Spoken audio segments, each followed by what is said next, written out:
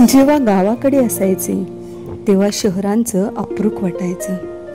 उंच उंच बिल्डिंग्स, धावणारी लोक, दुकानांमधील झगमगाट या सर्वांचं खूप कौतुक वाटायचं आणि शहराकडे धाव घेण्याची इच्छा व्हायची.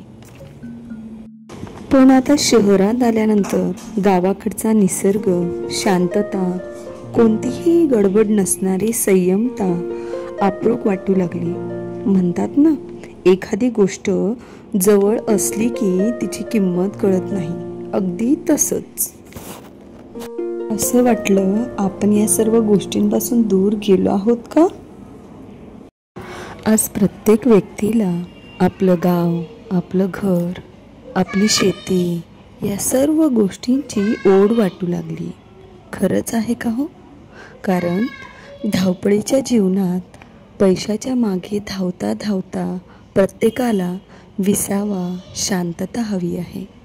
कुठेतरी हे सर्व थांबवावं आणि शांत बसावं असं वाटतं.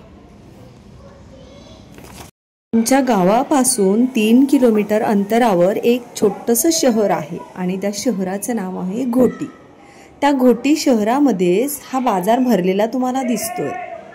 आजूबाजूला जे शेतकरी राहतात, शेतामध्ये जे काही त्यांच्या उत्पन्न येतं, धान्य असेल किंवा भाज्या असतील, त्या आणून रोजच्या रोज त्या बाजारामध्ये विकायच्या.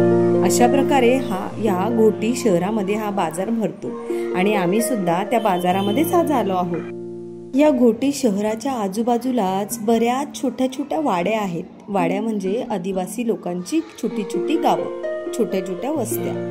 ही लोक सुद्धा उदरनिर्वाहासाठी इथे काहीतरी आपला उद्योग व्यवसाय करत असतात आणि म्हणूनच हे घोटी शहर सगळ्यांसाठी उदरनिर्वाहाचं साधन आहे. धान्य, भाज्या सगळं विकण्यासाठी हा बाजार भरतो आणि दर शनिवारी मात्र मोठा बाजार भरतो. बाजार फिरता फिरताच अचानक मुसळधार पाऊस सुरू झाला आणि मग मला मात्र घरी यावं लागलं. असा माझा निसर्गाशी हितगुज करणारा, अगदी अविस्मरणीय असा हा आजचा प्रवास. सह्याद्रीच्या कुशींमध्ये दडून बसलेलं असं सुंदर निसर्गमय माझं हे गाव. तुम्हालाही हा प्रवास माझा कसा वाटला हे नक्कीच कमेंटमध्ये सांगा. तोपर्यंत बाय बाय. धन्यवाद.